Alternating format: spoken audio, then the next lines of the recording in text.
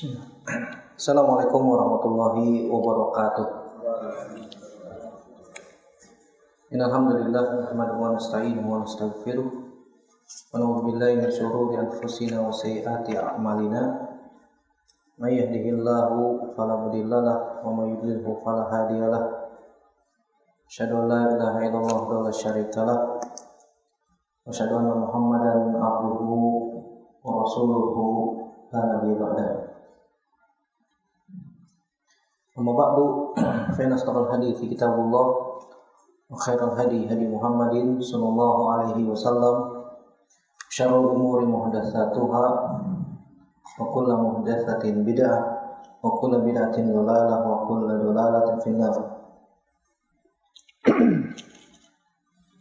Ayolah ikhwah jannallahu wa iyyakum ajmain. Alhamdulillah, kita bersyukur kepada Allah Subhanahu wa taala kembali dipertemukan oleh Allah Subhanahu wa taala dalam majelis ini untuk melanjutkan pelajaran kita dari tafsir Juz Amma ya. Sekarang kita masuk surat yang ke-112. Surat Al-Ikhlas. Benar ya? Baik. Surat Al-Ikhlas, surat yang ke-112 dalam Al-Qur'an.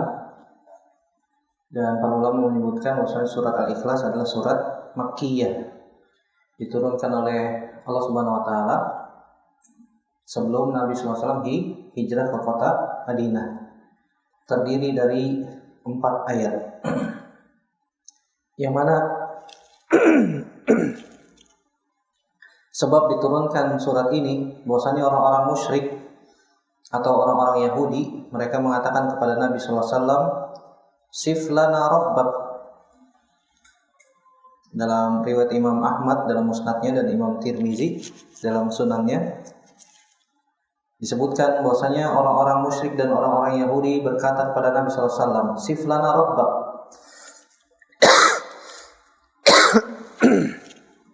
Wahai Muhammad, ceritakan kepada kami perihal Rabbmu. Kemudian Allah Subhanahu wa taala menurunkan surat ini. Dalam kitab-kitab tafsir yang lain disebutkan, di antaranya dalam tafsir At-Tabari disebutkan riwayat qala ad-Dhahhak wa Qatadah wa Muqatil, ja'a nasun minal yahudi ila Nabi sallallahu alaihi wasallam faqalu sif lana rabbak.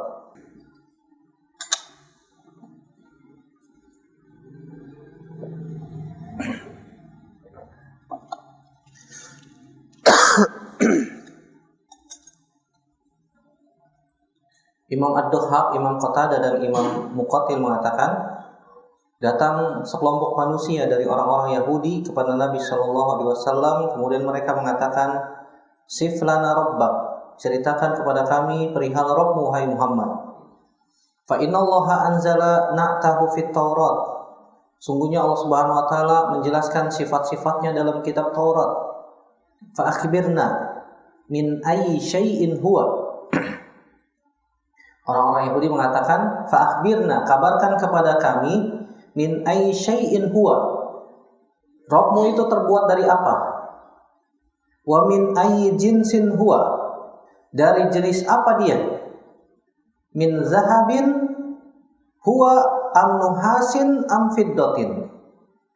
Apakah Rabbmu itu terbuat dari emas, terbuat dari tembaga, atau terbuat dari perak? Terbuat dari perak. Wa hal ya'kulu wa yashrabu. Apakah Tuhanmu itu makan dan minum? Wa mimman warisad dunya. Dan kepada siapa diwariskan dunia? Wa man yuwarisuha. Dan siapa saja pewaris-pewaris dunia tersebut? Fanzalallahu ta'ala hadhihi surah.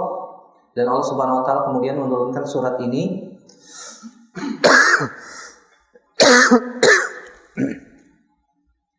Ada air panas nggak? Pakai ini aja.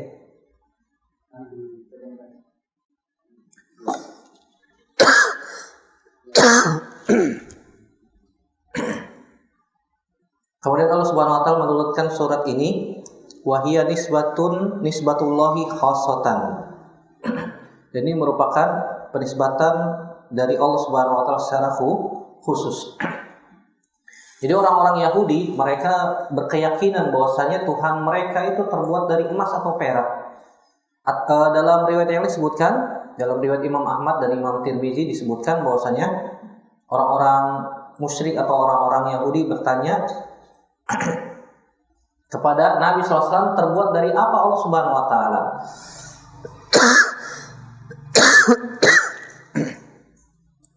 Terbuat dari emas atau terbuat dari perak? Kenapa mereka berpikiran demikian? Karena patung-patung yang mereka sembah dari orang-orang musyrik jahiliyah dahulu, mereka biasanya memuliakan tuhan-tuhan mereka dengan logam-logam mulia, dengan emas, dengan perak, ataupun logam yang lain. Kalau semiskin-miskinnya mereka membuat tuhan mereka dari apa? Adonan kue,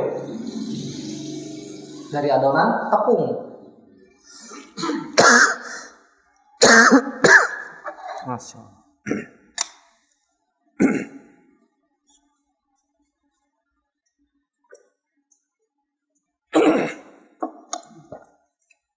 Mereka membuat semiskin-miskinnya mereka membuat Tuhan mereka, patung mereka dari apa? Adonan tepung, adonan gandum. Mereka jadikan apa? Mereka bentuk seperti sedemikian rupa, seperti patung yang mereka sembah. Kemudian mereka panggang. Tuhannya dipanggang ya. Subhanallah. Kemudian mereka panggang jadi apa? Roti. Jadi roti. Jadi mereka sembah Tuhan tersebut. Kalau mereka safar, Tuhannya dibawa. Kalau mereka lapar, Tuhannya dimakan, gitu. Subhanallah. Karena terbuat dari roti, tepung gandum ya.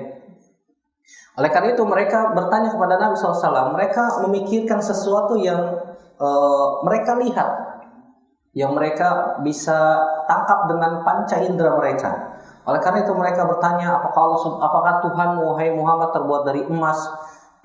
Apakah terbuat dari perak? Ataukah terbuat dari tembaga? Apakah dia makan? Apakah dia minum?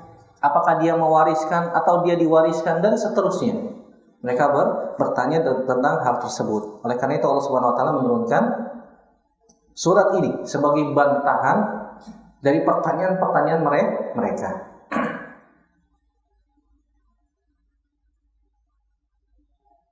Di dalam riwayat yang lain disebutkan, akhbarana Abu Mansur Al-Baghdadi, qala akhbarana Abu Hasan As-Sarraj, qala akhbarana Muhammad ibn Abdullah Al-Hadrami, qala akhbarana Surayj ibn Yunus, qala akhbarana Ismail bin Mujalidin an Sya'bi an Jabir. Qala ya Rasulullah, unsub lana rabbak. Fanzalallahu ta'ala, qul huwallahu ahad. Walaupun di sini sanadnya dhaif, di dalam tafsir Imam At-Tabari disebutkan dengan sanadnya sampai kepada sahabat Jabir bin Abdullah. Dia mengatakan, qalu ya Rasulullah, orang-orang musyrik bertanya kepada Nabi sallallahu alaihi wasallam, wahai utusan Allah, unsub lana rabbak. Sebutkan nasab Rabbmu kepada kami. Kemudian Allah Subhanahu wa taala pun menurunkan surat ini. Di dalam riwayat yang lain disebutkan, walaupun juga disebutkan sanadnya dhaif, diriwayatkan Imam Al-Baihaqi dalam Asma wa Sifat, disebutkan juga oleh Imam Ibnu Adi dalam Al-Kamil, dan juga disebutkan oleh Imam At-Tabari dalam tafsirnya. Dengan sanadnya sampai kepada Ubay bin Ka'ab bahwasanya orang-orang musyrik mereka bertanya kepada Nabi sallallahu alaihi wasallam, unsub lana rabbak. Fa anzalallahu ta'ala qul huwallahu ahad Allahus samad. Qala fas-samad allazi lam yalid wa lam yulad. Li'annahu laysa syai'un yuladu illa sayamut wa laysa syai'un yamutu illa sayurasu wa innallaha ta'ala la yamutu wa la yurasu wa lam yakul lahu kufuwan ahad. Qala lam yakul lahu syabihun wala idlun walaysa kamitslihi syai'un. Imam At-Tabari menyebutkan dalam tafsirnya, walaupun sanadnya dhaif, dengan sanadnya sampai sahabat Ubay bin Ka'ab bahwasanya orang-orang musyrik berkata kepada Nabi sallallahu alaihi wasallam, Unsub lana rabbak, sebutkan nasab Rabbmu kepada kami. Kemudian Allah Subhanahu wa taala menurunkan surat Al-Ikhlas. Qul huwallahu ahad. Katakan bahwasanya Allah Subhanahu wa taala adalah ahad, yaitu esa. Allahus samad, Allah adalah as-samad. As-samad allazi lam yalid wa lam yulad.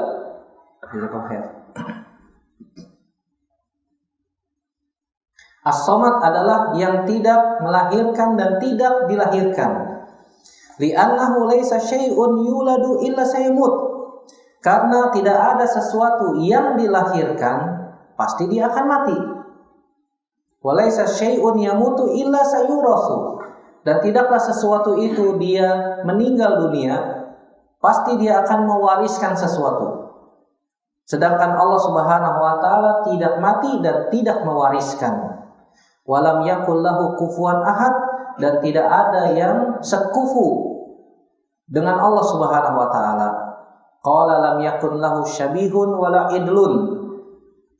Tidak ada yang sama, yang serupa dengan Allah Subhanahu wa taala. Allah Subhanahu wa taala berfirman, "Laisa kamitslihi syai'un." Ini beberapa riwayat yang berkaitan dengan apa?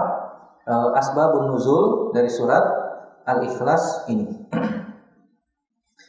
Kemudian Allah Subhanahu wa taala berfirman, "Qul huwallahu ahad." Katakan wahai Muhammad, ini khitabnya kepada Nabi Muhammad SAW. Katakan wahai Muhammad kepada orang-orang musyrik itu tuh. Dan juga para ulama menyebutkan kalimat qul ini adalah fi'il amr, kata kerja bentuk perintah yang juga ditujukan kepada umatnya Nabi Muhammad SAW. Jadi bukan hanya khusus untuk Nabi SAW, jadi juga untuk apa? Umatnya Nabi Muhammad SAW. Jika ada orang yang bertanya semisal seperti orang-orang musyrik dulu, ketika Allah Subhanahu wa taala ditanya terbuat dari apakah Allah Subhanahu wa taala itu, nah kita jawab dengan apa? Surat ini. Qul huwallahu ahad. Allah Subhanahu wa taala adalah ahad. Kalimat atau domir huwa ini kembali kepada Allah Subhanahu wa taala. Katakan Allah Subhanahu wa taala dia. Nah, ini domir yang disebutkan oleh Allah Subhanahu wa taala. Kemudian Allah Subhanahu wa taala menyebutkan lafzul jalalah Allah. Dan kita sudah sebutkan lafzul jalalah Allah maknanya apa? Apa artinya? Masih ingat enggak, Pak? Sambil murojaah. Kalau ujian gimana ya? Siapa yang tahu? Tahu Pak? Bukan. Allah, lafzul jalalah Allah Subhanahu wa taala artinya apa? Ayo. Dibuka lagi catatan. Murojaah. Jadi kalau misalnya antum ditanya Allah itu artinya apa sih? Apa jawaban antum? Sesembahan. Sahih. Masyaallah. Barakallahu fiik. Sesembahan. Jadi Allah Subhanahu wa taala berasal dari kalimat ilahun. Ilah itu maknanya adalah ma'bud. Ma'bud itu artinya apa? Sesembahan. Jadi kalau ditanya Allah itu artinya apa? Sesembahan. Berasal dari kata apa? Ilahun. Kemudian ditambahkan alif lam di depannya jadi lafaz Allah. Maknanya adalah ma'bud. Ilahun asal katanya alaha yu'lihu ilahan. Maknanya adalah abada ya'budu ma'budan, sesembahan. Artinya apa? Sesembahan. Katakan wahai Muhammad bahwasanya Allah Subhanahu wa taala adalah ahadun. Lihat di sini Allah Subhanahu wa taala menggunakan kalimat ahad. Apa artinya? Esa, tunggal, tidak terbilang. Kenapa Allah Subhanahu wa taala enggak menyebutkan dengan kalimat wahid? Untuk menutup pintu ada kalimat isnan. Kan begitu. Kalau wahid ada isnan, wahid, isnan, salasa, arba'ah, khamsah dan seterusnya.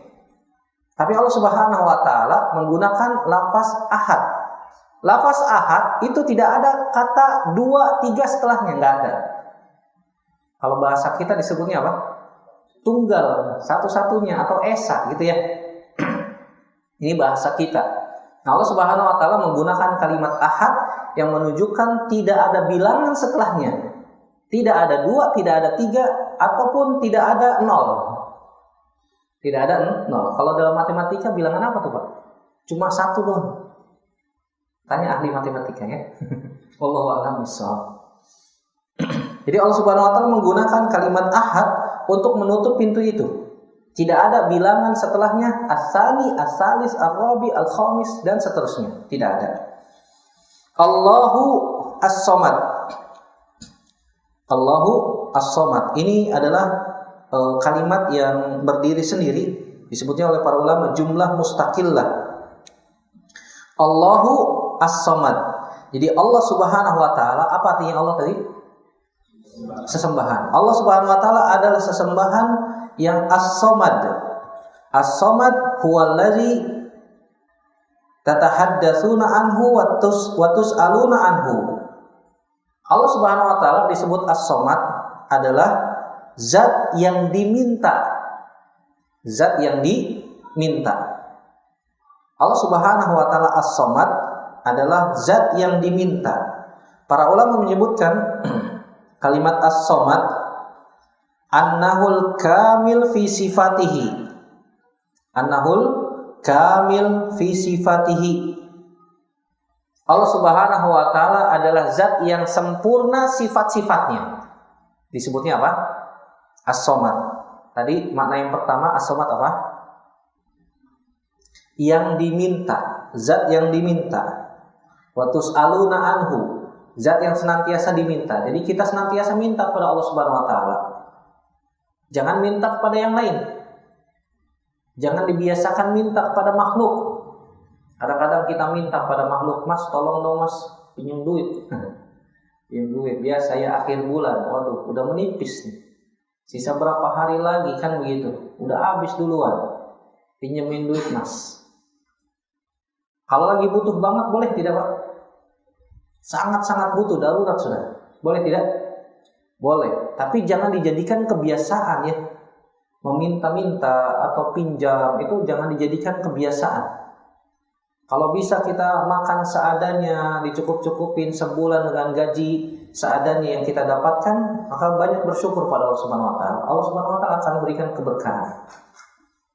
Berbeda dengan orang yang gajinya mungkin besar, tapi pengeluarannya banyak dan senantiasa apa? Suka minta-minta. Minta ke saudaranya, pinjam sini, pinjam sana, gali lubang, tutup lubang dan seterusnya. Ini tidak baik. Ini tidak baik. Allah Subhanahu wa taala makna as-samad, zat yang diminta padanya. Yang kedua maknanya adalah al-kamil fi sifatihi. Zat yang maha sempurna sifatnya. Allah Subhanahu wa taala sifat-sifatnya seluruhnya sempurna. Ustaz, Allah Subhanahu wa taala kan marah, Ustaz, murka. Berarti Allah Subhanahu wa taala enggak sempurna dong sifatnya. Kalau Allah Subhanahu wa taala murka, dalam kaidah asma wa sifat kita harus pahami bersama bahwasannya ketika Allah Subhanahu wa taala menyebutkan sifat marah, Allah Subhanahu wa taala ingin menjelaskan sifat kebalikannya. Kebalikan marah apa, Pak? Pemaaf ya. Pemaaf, penyayang, rahmat dan seterusnya. Nah, para ulama menyebutkan ketika Allah Subhanahu wa taala menyebutkan sifat-sifat yang konotasinya mungkin menurut kita negatif, adalah untuk menjelaskan lawan katanya. Seperti Allah Subhanahu wa taala marah. Allah Subhanahu wa taala syadidul mihal. Allah Subhanahu wa taala azabnya sangat keras. Menunjukkan bahwasanya Allah Subhanahu wa taala adalah rahmatnya maha luas. Menunjukkan bahwasanya Allah Subhanahu wa taala maha pemaaf. Allah Subhanahu wa taala maha penyayang dan seterusnya. Sebagaimana ketika Allah Subhanahu wa taala menyebutkan dalam ayat kursi, ayatnya sudah kita hafal bersama ya.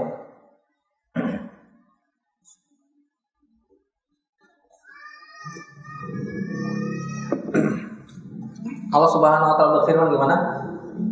Allahu la ilaha illa huwal hayyul qayyum la ta'khuzuhu sinatun wala naum. Allahu la ilaha illa huwal hayyul qayyum. Allah Subhanahu wa taala adalah La ilaha illa huwa, tidak ada ilah sesembahan yang berhak disembah dengan benar kecuali Dia. Al-Hayyu Al-Qayyum. Apa Al-Hayyu? Maha hidup. Allah Subhanahu wa taala maha hidup. Al-Qayyum, maha berdiri sendiri. Allah Subhanahu wa taala enggak butuh bantuan makhluknya yang lain. La ta'khuzuhu sinatun wala naum. Allah Subhanahu wa taala tidak sinah. Sinah ini artinya muqaddimatun naum. Sinah itu maknanya muqaddimatun naum. Apa muqaddimatun naum? Ngantuk. Pembuka tidur, yaitu ngantuk. La ta'khuzuhu sinah. Allah Subhanahu wa taala tidak mengantuk. Wala naum, dan tidak tidur. Bayangkan Pak, tidak ngantuk, tidak tidur. Kira-kira ini sempurna bagi Allah Subhanahu wa taala atau tidak? Kita katakan ini sempurna bagi Allah. Berbeda dengan manusia ya. Ada manusia tidak ngantuk seumur hidupnya, 7 tangan. Nggak ada yang berani. Ada manusia yang tidak pernah tidur sebelumnya seumur hidupnya, 7 tangan di sini. Ada? Nggak ada yang berani. Berarti ngantuk dan tidur sifat sempurna untuk manusia. Kalau ada manusia tidak ngantuk dan tidak tidur, berarti bukan manusia. Manusia jadi-jadian gitu ya. Robot dia, subhanallah, ada manusia yang nggak pernah tidur, nggak pernah ngantuk, gimana ceritanya itu? Ada orang yang tidak tidur-tidur selama 7 hari, mengerjakan tugas misalnya, tidak tidur, begadang selama 7 pekan. Tugasnya selesai, iya. Setelah itu dia harus disolatkan. Apa? Meninggal kan gitu. Orang begadang 7 hari 7 malam mengerjakan tugasnya selesai. Tapi umurnya juga selesai. Orang yang suka begadang itu Pak, jantungnya pasti buruk. Jantungnya hancur. Jantungnya hancur karena Allah Subhanahu wa taala jadikan malam untuk istirahat. Untuk istirahat sebagaimana disebutkan dalam surat An-Naba. Allah Subhanahu wa taala jadikan malam untuk libasa. Wa ja'alnal laila libasa. Allah Subhanahu wa taala jadikan malam sebagai pakaian. Pakaian itu artinya menutup, dan biasanya penutup pakaian itu digunakan untuk berselimut di malam hari untuk tidur. Maksudnya Allah Subhanahu wa taala jadikan malam itu untuk istirahat bagi manusia. Kalau ada pertanyaan, Ustadz, saya kan kerjanya shift 3 Ustadz. Apakah setelah shift 3 antum pulang nggak tidur juga? Antum tidur kan? Nah, berarti ada waktu untuk tidur untuk antum. Berarti tidak begadang 1 hari 24 jam full kan begitu. Kalau ada orang yang suka begadang tiap malam, nggak jelas, nongkrong-nongkrong, kena angin malam, itu biasanya jantungnya nanti bermasalah. Jantungnya bermasalah. Mau bukti? Silahkan buktikan. Nah, begadang terus, insya Allah cepat mati Pak. Kalau mau, nauzubillah, nasallallahu salamata wal afiyah. Ustadz, kalau begadang sholat gimana? Lain lagi ceritanya. Begadang sholat tapi juga tidur. Sebagaimana Nabi SAW. Nabi SAW jadikan malamnya menjadi 3 bagian. Tidur di awal malam, setelah sholat isya Nabi SAW langsung tidur. Kalau kita kan enggak ya, ngobrol lah, ngopi lah, macam-macam. Banyak kegiatan. Tidur jam 11, jam 12. Rata-rata orang yang tidurnya malam tuh jantungnya biasanya bermasalah. Biasanya gitu ya. Nabi SAW biasanya setelah isya tidur. Kecuali ada hal darurat yang perlu dibahas. Misalnya besok jihad. Harus diskusi dengan para sahabat, mau tidak mau harus diskusi. Karena biasanya Nabi SAW jihad berangkat setelah sholat subuh. Setelah sholat subuh. Kecuali darurat ada hal yang perlu dibahas dengan para sahabat, Nabi bahas. Tapi kalau nggak ada hal-hal yang penting, Nabi SAW biasakan tidur setelah sholat isya. Kemudian bangun di pertengahan malam atau kurang lebih pertengahan malam, bangun kemudian sholat sekehendak Nabi Shallallahu Alaihi Wasallam, apa yang telah Allah Subhanahu Wa Taala tentukan untuk Nabi Shallallahu Alaihi Wasallam. Kata Abdullah bin Abbas radhiyallahu anhuma, Nabi Sallallahu Alaihi Wasallam sholat 2 rakaat, 2 rakaat, 2 rakaat, 2 rakaat, 2 rakaat, 2 rakaat, kemudian 1 rakaat. Berapa rakaat itu total? 13 rakaat. 13 rakaat. 2 rakaat sampai 6 kali ditutup dengan 1 rakaat. Dan Nabi SAW kalau sholat malam Pak, bacanya Al-Baqarah, Ali Imran, Al-Maidah, An-Nisa, 1 rakaat. Kita baca Alif Lam Mim, langsung batuk-batuk di belakang. Panjang nih, alamat nih. Kan begitu, Al-Baqarah nih. Ternyata cuma Alif Lam Mim doang, Allahu Akbar. Ruku. Kan begitu ya, subhanallah. Nabi SAW ketika Abdullah bin Abbas berada di rumah Maimunah, sengaja Abdullah bin Abbas nginep di rumah bibinya Maimunah. Dan Maimunah adalah istrinya Nabi SAW. Abdullah bin Abbas sengaja nginep di rumah bibinya ketika giliran Maimunah mendapat jatah malam itu bersama Nabi SAW untuk melihat bagaimana malam harinya ibadah Nabi SAW. Dari awal bangun, Nabi SAW biasa melek gitu ya, kemudian nggak langsung bangun berdiri, tidak. Tapi Nabi SAW duduk terlebih dahulu. Nah, dari sini para ahli kesehatan meneliti, oh ternyata bangun tidur jangan langsung bangun, tapi duduk dulu sebentar, sekitar 1 menit, 2 menit. Kemudian Nabi SAW mengusap wajahnya dari sisa-sisa tidur. Itu diperhatikan sama Abdullah bin Abbas. Makanya hadis ini diriwayatkan oleh Abdullah bin Abbas radhiyallahu anhuma. Kemudian Nabi SAW berdoa. Kemudian Nabi SAW pun ke kamar mandi, kemudian bersiwak, kemudian wudu, kemudian Nabi sholat. Hal itu diikuti oleh Abdullah bin Abbas radhiyallahu anhu. Bangun, duduk, ucap-ucap, usap muka, kemudian berwudu, kemudian sholat di samping kiri Nabi Shallallahu Alaihi Wasallam. Kemudian kata Abdullah bin Abbas, Nabi SAW mengambil kepalaku, diputar, dipindahin ke kanan. Dalam riwayat yang disebutkan, Nabi ambil telinga kananku, ditarik, gitu ya, kayak orang dijewer, ditarik, diputar, dipindahin ke kanan, menunjukkan bahwasanya kalau kita sholat berdua berjamaah, makmum di mana? Di sebelah kanannya imam sejajar. Oleh karena itu Nabi pindahkan, nah di kanan, sholat sejajar. Kemudian Nabi SAW membaca surat Al-Baqarah. Kata Abdullah bin Abbas masih kecil waktu itu ya, umur sekitar 10 tahunan. Saya kira paling 100 ayat. Kata Abdullah bin Abbas, ternyata lanjut lagi. Waduh gawat ini. Ternyata dilanjutkan, paling sampai 200 ayat. Ternyata lanjut sampai selesai. Kata Abdullah bin Abbas, paling surat Al-Baqarah saja sudah. Ternyata lanjut surat Ali Imran, Masya Allah. Lanjut lagi sampai surat An-Nisa. Ternyata kata Abdullah bin Abbas, saya sudah mau membatalkan sholat saya. Capek kan gitu. Ini sahabat Abdullah bin Abbas ya, radhiyallahu anhuma. Ternyata lanjut sampai Al-Maidah. Habis itu Abdullah bin Abbas kapok, nggak mau lagi ikut, kecapean. Itulah sholatnya Nabi SAW. Sholat malam 1 rakaat dengan 5 atau 4 surat ini. Ya kira-kira 5 juz lah. 5 juz 1 rakaat. Itu berapa jam Ustaz? Antum jangan tanya berapa jam ya. Kalau kita baca Al-Quran 1 juz lancar, itu bisa 45 menit, 40 menit lah, paling cepat 30 menit 1 juz. Kalau 5 juz, kalau standar 1 juznya 30 menit saja sudah 2 jam setengah. 1 rakaat. Nabi SAW sholatnya berapa rakaat? Kadang-kadang 11 rakaat, kadang-kadang 13 rakaat.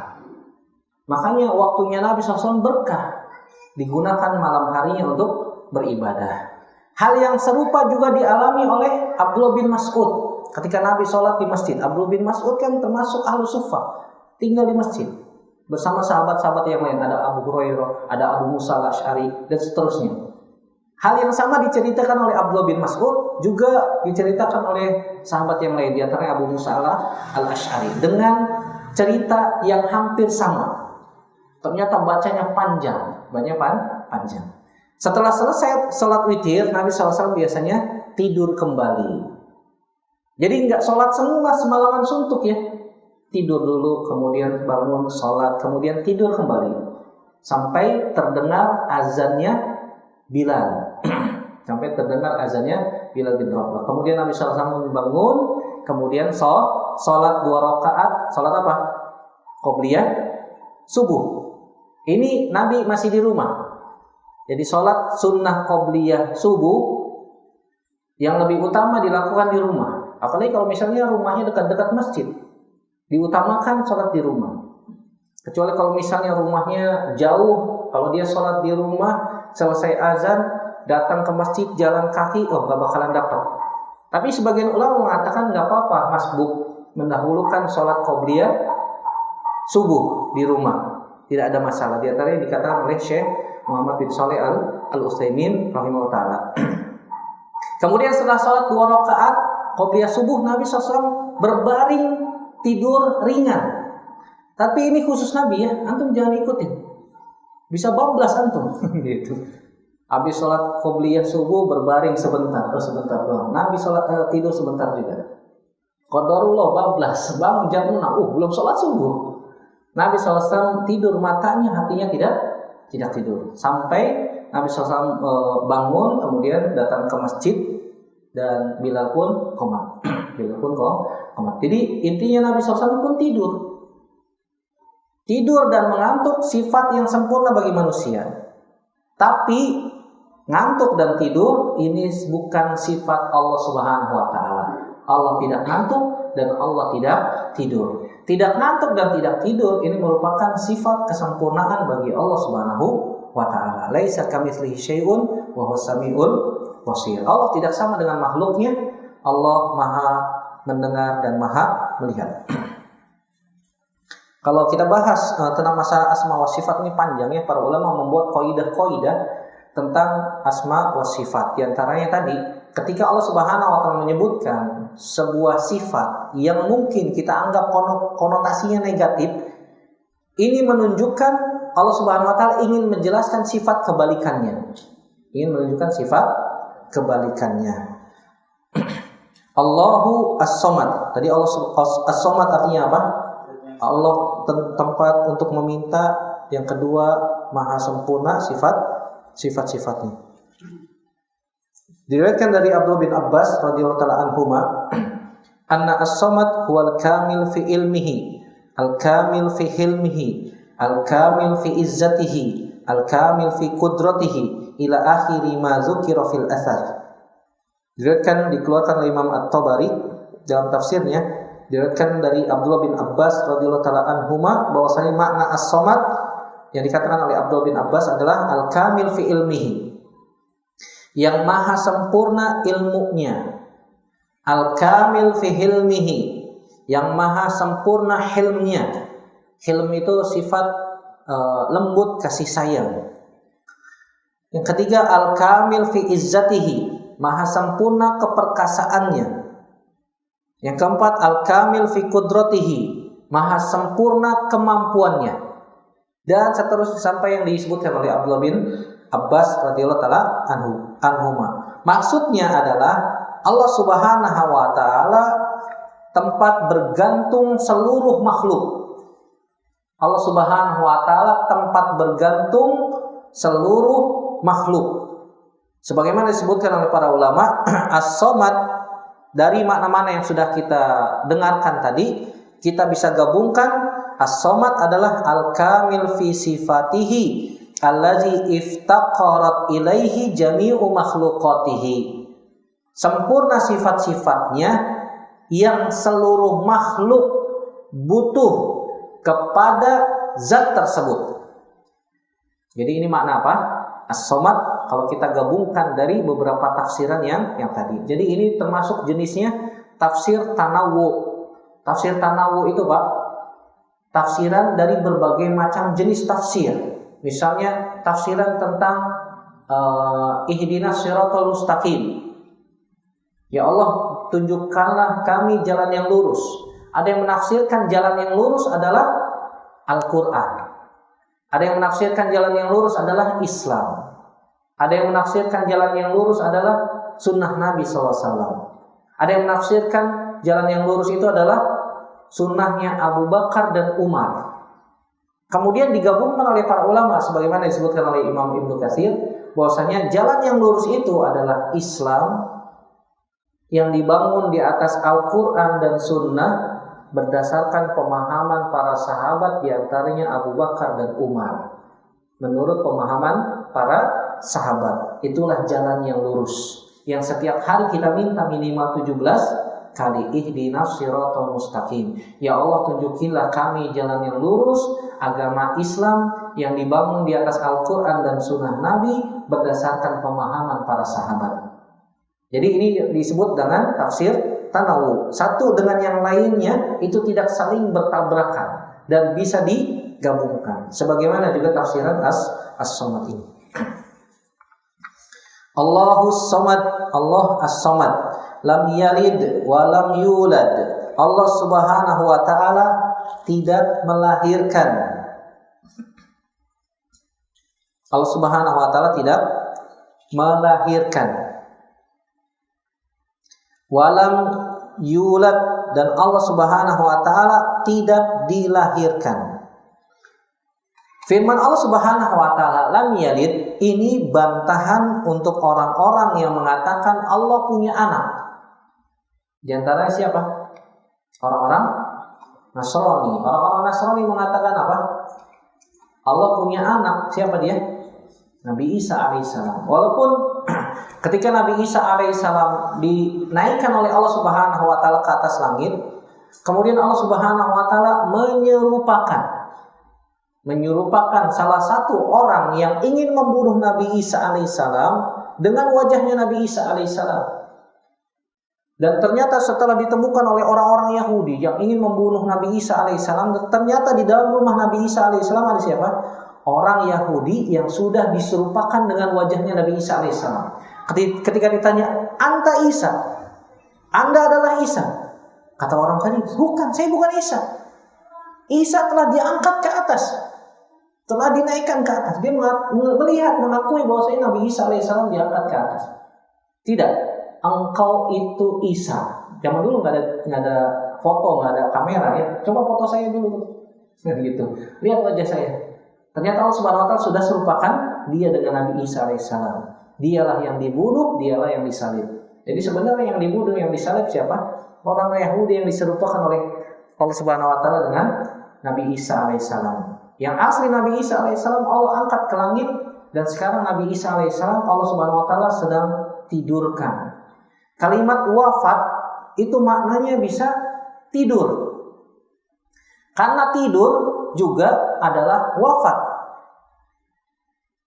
Sebutnya mati, tapi matinya mati kecil. Tidur disebutnya mati kecil. Adapun meninggal, mati besar. Sama-sama mati ya. Sama-sama mati. Makanya Nabi SAW mengatakan apa? An-naumu akhul maut. Tidur itu saudaranya meninggal atau wafat. Kenapa? Sama-sama diangkat ruhnya oleh Allah Subhanahu wa taala. Cuma kalau tidur diangkat sebagian ruhnya oleh Allah Subhanahu wa taala. Makanya terkadang ketika tidur kita melihat apa Pak? Bunga tidur, itu mimpi. Terkadang Allah Subhanahu wa taala memperlihatkan masa depan. Ketika bangun, oh saya sepertinya sudah pernah melakukan ini ya. Kapan ya? Ternyata dalam mimpi. Pernah nggak Pak mengalami itu? Pernah ya? Yang angguk pernah? Iya, pernah juga ya betul. Itu Allah Subhanahu wa taala perlihatkan masa depan ketika di dalam mimpi. Dan rata-rata orang-orang pernah mengalaminya. Berbeda dengan wafat atau meninggal, Allah Subhanahu wa taala cabut seluruh ruhnya. Dan nggak ada dalam Islam istilah mati suri ya, nggak ada mati suri. Kalau ada orang mati suri gimana Ustaz? Mati suri nggak ada. Mati suri gimana ceritanya? Tidak ada. Yang ada Allah Subhanahu wa taala tidurkan. Ada orang yang ditidurkan oleh Allah Subhanahu wa taala selama 309 tahun. Siapa mereka? Ashabul Kahfi. Allah Subhanahu wa taala bolak-balikan tubuhnya. Mereka tidur. Tidur. Kam labista? Qala labistu yauman aw ba'da yaum. Anda telah tinggal di sini berapa lama? Saya paling hanya sehari atau setengah hari. Kata Allah, qala bal labista mi'ata amin. Ada orang yang Allah Subhanahu wa taala tidurkan 100 tahun. Fangzur ila ta'amika wa syarabika lam yatasanna. Lihat tuh makanan dan minuman kamu sudah berubah. Fangzur ila himarika wa linaj'alaka ayatan linnas. Lihat tuh keledai kamu sudah mati juga. 100 tahun ditidurkan. Mungkin ada orang ditidurkan selama sepekan, ada. Tidur, tapi tidak mati.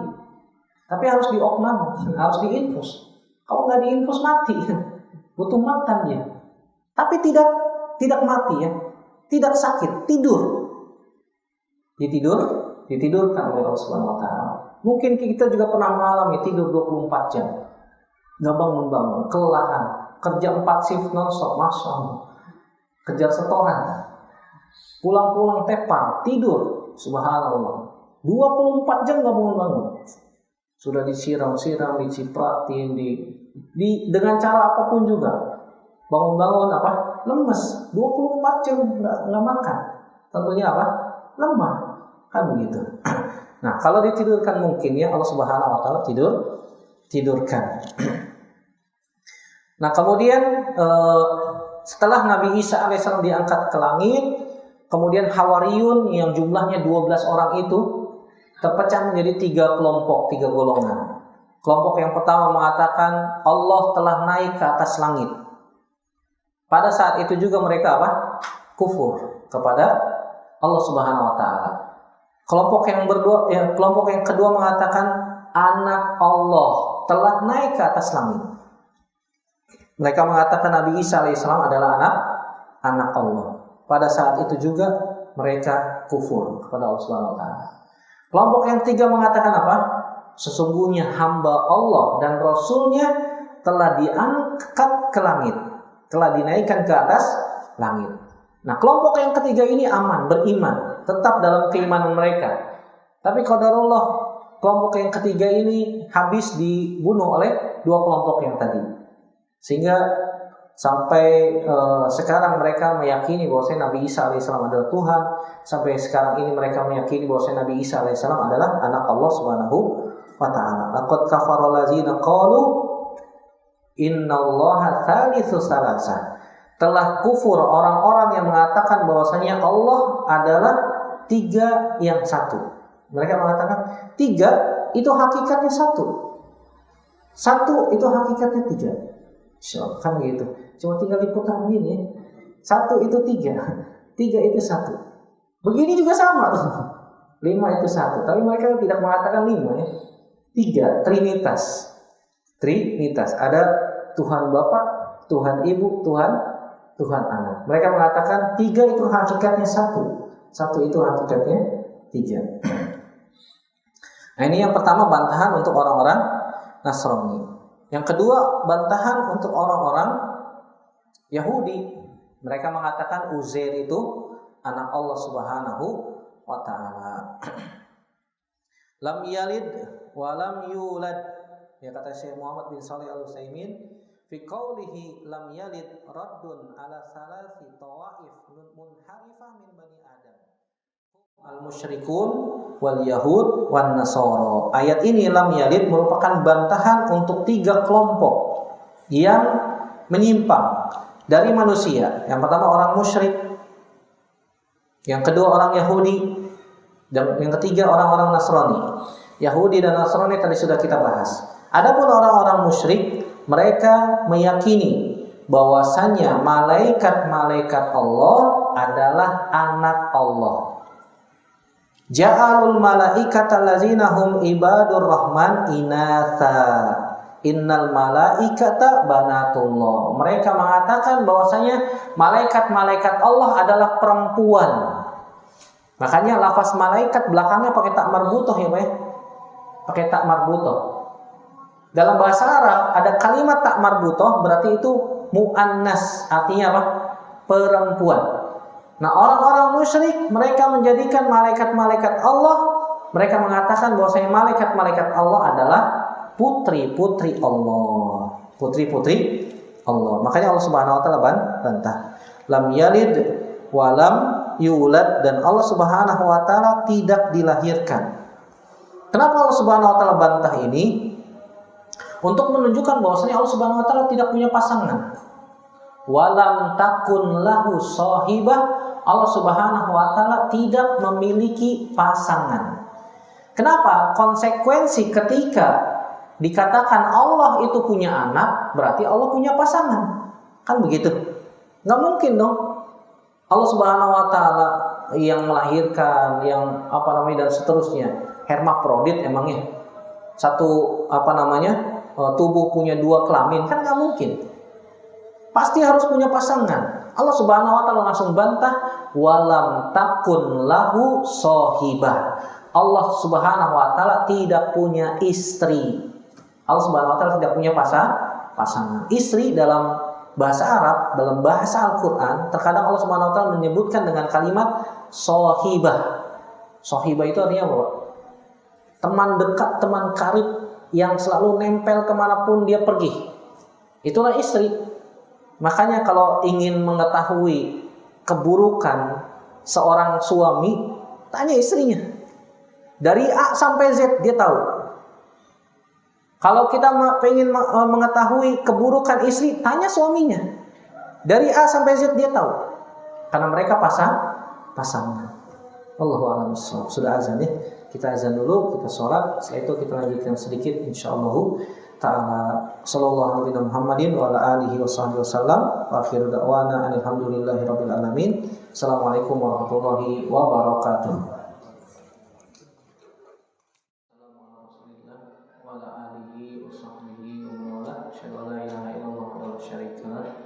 Asyhadu anna Muhammadan abduhu wa rasuluhu la nabiyya ba'dahu.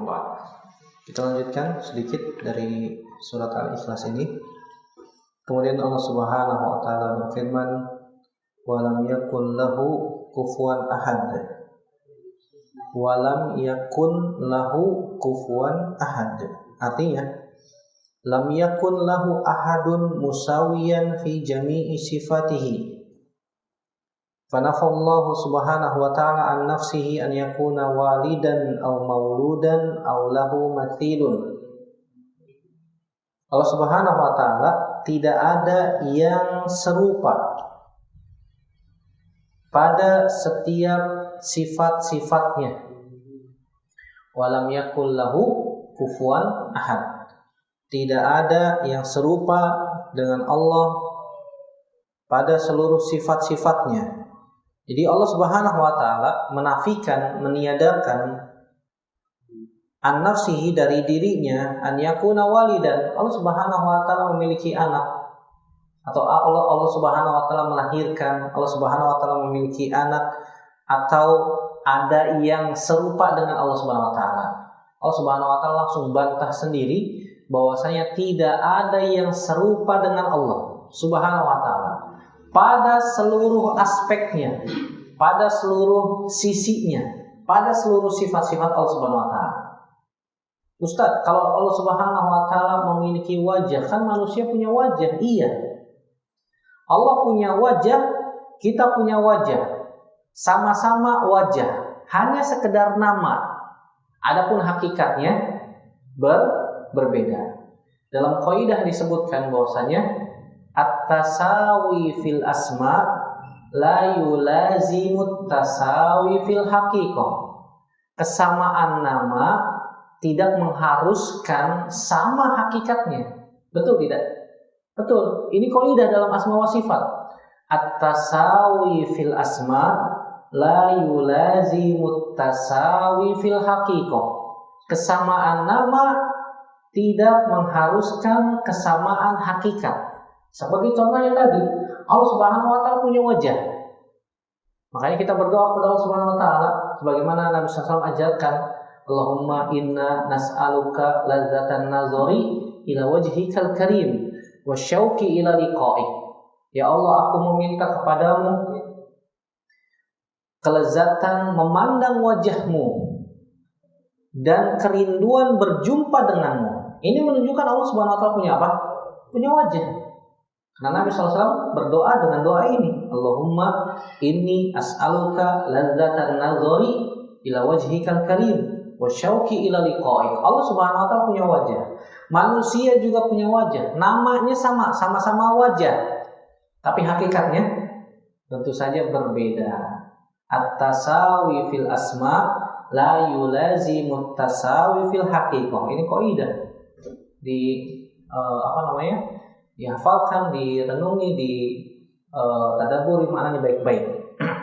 Begitu juga dalam seluruh sifat Allah Subhanahu wa taala. Allah Subhanahu wa taala punya tangan, Allah Subhanahu wa taala punya betis, Allah Subhanahu wa taala melihat, Allah Subhanahu wa taala mendengar, Allah turun, dan seterusnya dari sifat-sifat Allah Subhanahu wa taala. Allah Subhanahu wa taala berbicara dengan kalimat-kalimat yusma yang bisa didengar, dan seterusnya dari sifat-sifat Allah Subhanahu wa taala. Kesamaan nama tidak melazimkan, tidak mengharuskan kesamaan hakikat. Dan sebagaimana perkataan Imam Malik yang masyhur ya, ketika Imam Malik rahimahullah taala ditanya tentang apa? Istiwa. Ada satu audiensnya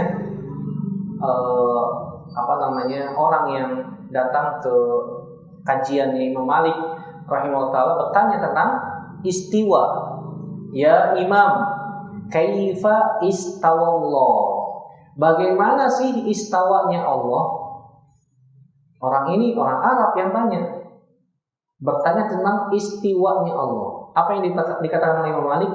Al-istiwa'u ma'lum wal kaifu majhul wal imanu bihi wajibun was su'alu anhu bid'atun. Kata Imam Malik, istiwa maklum. Istiwa diketahui oleh manusia. Orang Arab faham makna istiwa.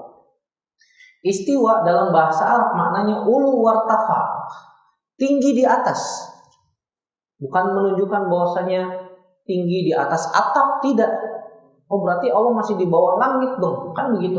Ini takwil-takwil yang batil, akal-akalan manusia. Yang dimaksud dengan istiwa adalah ulu wartafa, tinggi di atas. Tidak ada yang lebih tinggi, tidak ada yang lebih di atas dari Allah Subhanahu wa taala. Zatnya Allah ada di atas. Atas mana? Atas langit ketujuh. Sampai nembus ke Sidratul Muntaha. Tembus lagi ke atasnya ada air. Tembus lagi di atasnya ada arsy Allah. Di atasnya Allah Subhanahu wa taala ada kursi. Wasi'a kursiyuhus samawati wal ardh. Dan kursi itu dalam bahasa Arab maknanya adalah maudiul qadamain. Pijakan kaki. Subhanallah, bukan tempat duduk. Kalau kita terjemahan kursi itu apa? Kursi tempat duduk. Kursi dalam bahasa Arab salah satu maknanya adalah maudiul qadamain, pijakan kaki. Yang mana kursi Allah meliputi langit dan bumi, makhluk Allah yang sangat besar. Berarti Allahu Akbar, Allah Maha Besar. Bayangkan Pak, langit pertama aja dibandingkan dengan bumi seperti cincin dilemparkan di atas padang pasir yang luas. Bumi nggak ada apa-apanya, kecil sekali dibandingkan langit pertama. Apalagi dibandingkan dengan makhluk Allah yang paling tinggi di atas kursi Allah. Belum lagi makhluk Allah yang besar, yaitu arsy-Nya Allah Subhanahu wa taala yang dipikul oleh malaikat-malaikat yang besar. Hamalatul arsy, malaikat-malaikat pemikul arsy. Yang Nabi SAW pernah diizinkan oleh Allah Subhanahu wa taala untuk menceritakan bagaimana besarnya malaikat pemikul arsy. Jarak antara baina syahmatai uzunaihi wa katifihi, jarak antara telinga sampai pundaknya sejauh 500 tahun perjalanan burung. Burung terbang dari sini sampai sini 500 tahun baru sampai sini, Pak. Dari ujung rambut sampai ujung kaki berapa tahun? Ukur sendiri aja gitu. Saking besarnya malaikat pemikul arsy. Bagaimana dengan arsy-Nya Allah? Di atasnya arsy Allah ada langit. Ada langit, ada apa? Kursi, maaf. Ada kursi. Kursi dibandingkan dengan arsy-Nya Allah, digabungkan dengan air yang ada di atas langit, digabungkan dengan Baitul Ma'mur, digabungkan dengan Sidratul Muntaha, digabungkan dengan langit ke-7, ke-6, ke-5, ke-4, ke-3, ke-2, ke-1, ditambah lagi digabungkan dengan bumi, digabungkan jadi satu. Dibandingkan dengan kursi Allah, makhluk-makhluk tadi yang digabungkan jadi satu seperti cincin dilemparkan di atas padang pasir yang luas. Berarti kursinya Allah sangat besar. Allahu Akbar. Nah, kursi adalah maudiul qadamain, hanya pijakan kaki. Bagaimana besarnya Allah Subhanahu wa taala? Oleh karena itu Ahlus Sunnah wal Jamaah meyakini tentang sifat ulunya Allah. Allah itu maha tinggi dengan 3 hal. 1, ulu zat. Zatnya Allah maha tinggi. 2, ulul qadar. Allah maha mampu atas segala sesuatu. Yang ketiga, ulul qahr. Sifat-sifat Allah maha tinggi. Ahlus sunnah wal jamaah meyakini sifat ulu bagi Allah dengan 3 hal ini. Uluwul zat, zatnya Allah tinggi di atas. Uluwul qadar, kemampuan Allah maha tinggi, tidak ada yang bisa menyamai kemampuan Allah. Yang ketiga, uluwul qahr, sifat-sifat Allah maha tinggi, tidak ada yang menyamai sifat Allah. Ahlus sunnah meyakini 3 sifat ulu ini bagi Allah Subhanahu wa taala. Adapun ahli bid'ah hanya meyakini 2 ini saja. Uluwul qadar dan uluwul qahr. Mereka tidak meyakini uluwul zat. Makanya mereka mengatakan ketika ditanya, "Di mana Allah?" Allah di mana-mana. Kan begitu. Karena mereka tidak meyakini zatnya Allah ada di atas langit. Makanya mereka mengatakan Allah bersemayam di dalam diri kita. Wihidatul wujud. Seperti keyakinannya Ibnu Arabi yang meyakini Allah bisa bersemayam bersatu dengan makhluk. Wihidatul wujud. Ingatnya Ibnu Arabi, nggak pakai alif lam. Karena ada Ibnul Arabi, ada 2 nih, 2 orang yang berbeda. Ibnu Arabi tanpa alif lam, ada Ibnul Arabi pakai alif lam. Adapun Ibnu Arabi yang tidak pakai alif lam, ini keyakinannya wihidatul wujud.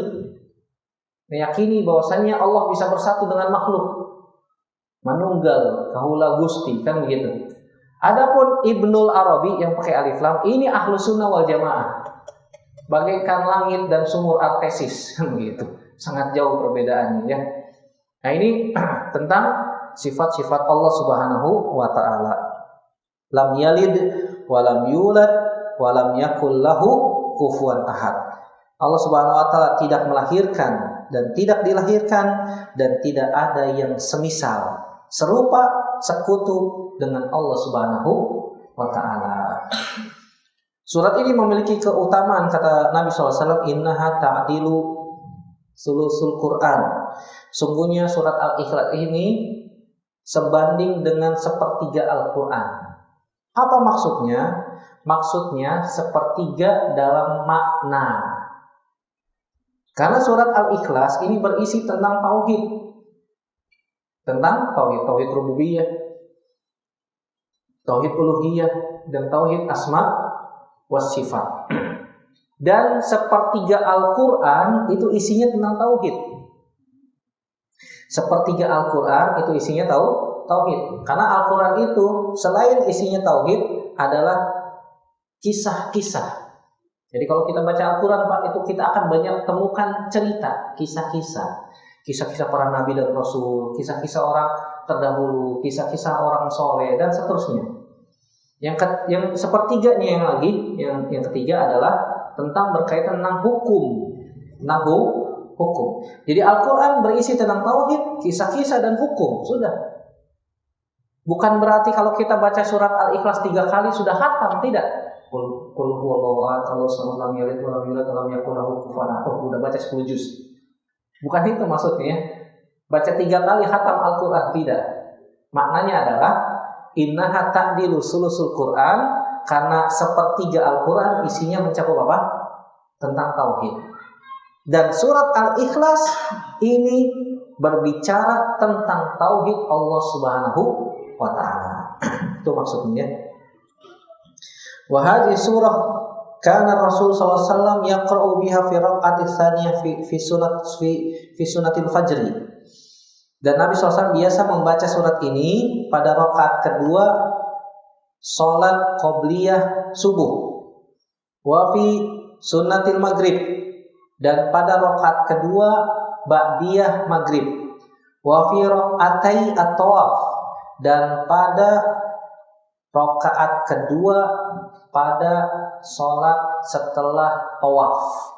Jadi setelah tawaf 7 keliling, kita disunahkan sholat di mana, Pak? Di mana?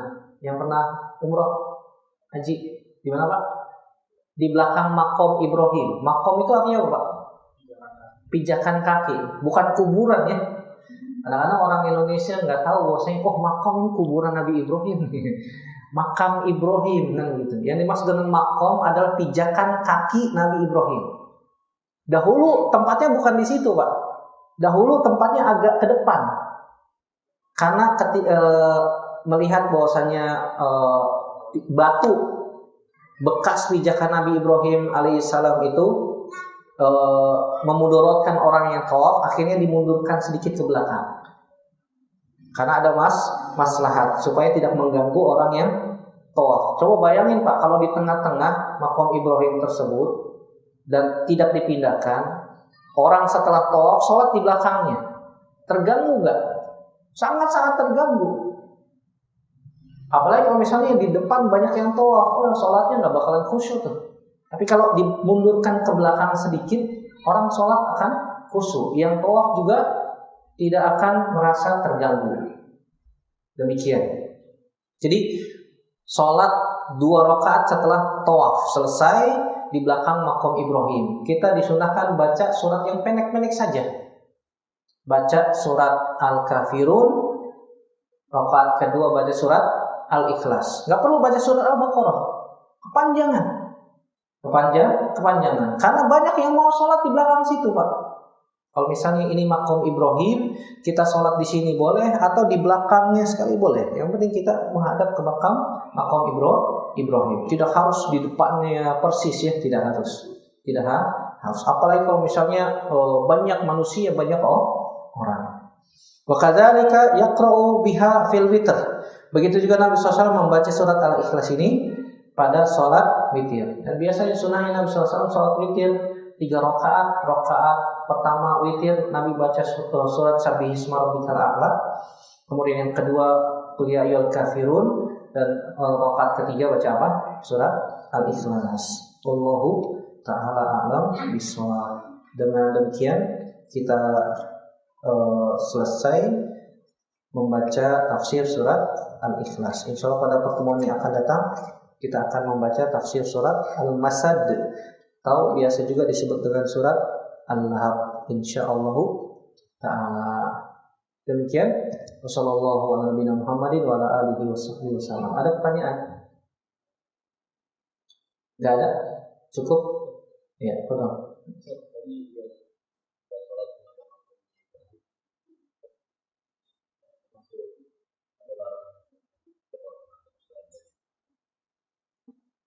Cukup? Ya. Kita sholat 2 rakaat di belakang maqam Ibrahim. Apakah tidak ada larangan kita sholat menghadap ke Ka'bah? Tentu saja tidak dilarang, karena ini diperintahkan. Sesuatu yang sifatnya ibadah.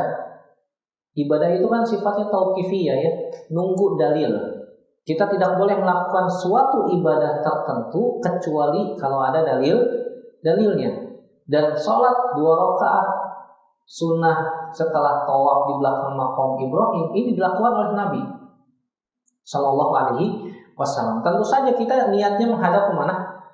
Ke Ka'bah ya, menghadap ke arah sejajar dengan Ka'bah. Karena ini perintah dari Allah Subhanahu Wa Taala dan dilakukan juga oleh Nabi Muhammad Sallallahu Alaihi Wasallam. Begitu juga mencium Hajar Aswad. Kalau bukan Nabi SAW contohkan, maka kita tidak akan mencium Hajar Aswad. Begitu juga ibadah-ibadah yang lain, sholat subuh, sholat zuhur, sholat asar, maghrib, isya, dan seterusnya. Sebelum pensyariatan sholat, semua sholat dilakukan oleh Nabi SAW 2 rakaat rata. Subuh 2 rakaat, zuhur 2 rakaat, asar 2 rakaat, maghrib 2 rakaat, isya 2 rakaat. Tapi setelah disyariatkannya sholat 5 waktu, pada tahun 10 setelah kenabian atau ketika peristiwa Isra Mi'raj, baru ada tafsil. Subuh 2 rakaat, zuhur 4 rakaat, asar 4 rakaat, maghrib 3 rakaat, isya 4 rakaat. Artinya ini ada perintahnya. Ketika kita diperintahkan untuk beribadah sedemikian, maka kita mengikuti saja. Ittabi'u wa la tabtadi'u. Ikuti saja, jangan buat-buat yang baru. Karena ini ada perintahnya. Wallahu a'lam bishawab. Nah, satu lagi, betul? Ya. Apakah bagian yang lainnya itu disebut tentang Allah juga? Cukup? Yang kedua? Kemudian kita anak pribadi sih udah yang tafsir gitu. Tafsir yang hanya salah sholat kita nggak tahu itu maknanya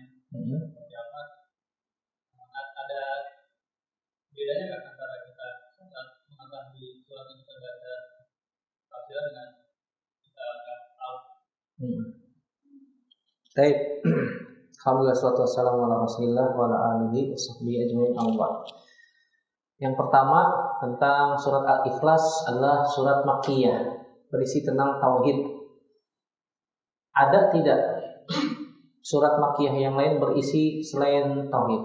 Jawabannya ada Jadi ciri-ciri surat Makkiyah sebagaimana sudah pernah kita pelajari, biasanya berisi tentang tauhid. Yang kedua berisi tentang hari kiamat, berisi tentang ahwal ba'dal maut, kejadian setelah kematian, dan iman kepada hari kiamat.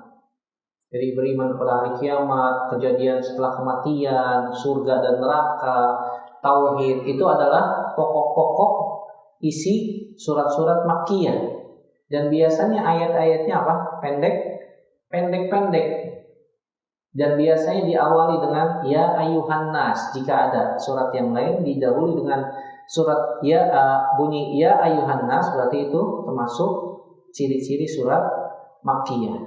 Adapun surat Madaniyah, sebagaimana kita ketahui bersama bahwasanya Madaniyah, surat-surat Madaniyah berisi tentang hukum atau syariat, muamalah, jual beli dan seterusnya. Berisi tentang hukum-hukum, pensyariatan, itu ciri-ciri surat-surat Madaniyah. Dan biasanya diawali dengan ya ayyuhallazina amanu, wahai orang-orang yang beriman. Berisi tentang jihad, berisi tentang keadaan orang-orang Yahudi, orang-orang munafik. Karena orang-orang munafik, orang Yahudi ada yang di Madinah. Ada yang di Madinah. Oleh karena itu, ketika sebagian ulama mengatakan surat Al-Ikhlas adalah surat Madaniyah. Kenapa? Ada sebagian yang mengatakan demikian. Karena yang bertanya adalah orang Yahudi. Dan orang Yahudi adanya di mana? Di Madinah. Di Madinah. Sebagian lagi mengatakan tidak. Ini surat Makkiyah, surat Al-Ikhlas ini. Kenapa? Yang bertanya orang-orang musyrik, bukan orang-orang munafik. Orang munafik di Madinah, orang-orang musyrik ada di Mekah. Berarti ini surat apa? Makkiyah. Allahu a'lam bishawab, yang lebih dekat adalah surat Makkiyah, surat Al-Ikhlas ini ya. Allahu taala a'lam bishawab. Baik, sampai di sini perjumpaan kita. Semoga yang sedikit ini bermanfaat. Yang benar datangnya dari Allah Subhanahu wa taala saja. Yang salah murni dari saya pribadi, kita bertaubat kepada Allah Subhanahu wa taala dari kesalahan-kesalahan kita, dan semoga Allah Subhanahu wa taala memberikan kepada kita istiqomah agar senantiasa mentauhidkan Allah, sempurna tauhidnya sampai Allah Subhanahu wa taala tutup umur kita dengan husnul khatimah dan sempurna tauhid kita yang bisa mengakibatkan, menyebabkan kita masuk surga tanpa hisab dan tanpa azab. Amin ya rabbal alamin. Subhanakallahumma wa bihamdika asyhadu an la ilaha illa anta astaghfiruka wa atubu ilaik. Wassalamualaikum warahmatullahi wabarakatuh.